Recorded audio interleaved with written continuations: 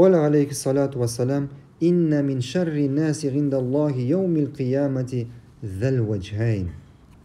Peygamberimiz sallallahu aleyhi ve sellem aytdı. Hakikatte Allah karşısında kıyamet gününde 200'lü kişi en naşarı bulur. Peygamberimizden soradılar. Kim o 200'lü kişi deyip. Peygamberimiz sallallahu aleyhi ve sellem aytdı. 200'lü kişi dedi. Bir kişi yanında bir türlü, ikinci kişi yanında ikinci türlü. Bizde ana ayttılar iki yaklı pişak deyip.